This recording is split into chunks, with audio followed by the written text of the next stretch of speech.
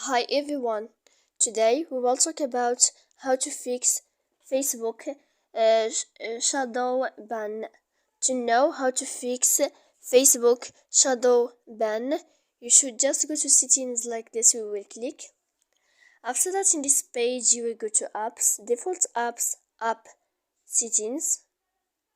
When you will see this list, you will go down to find the application of Facebook, and you will enter here, Facebook.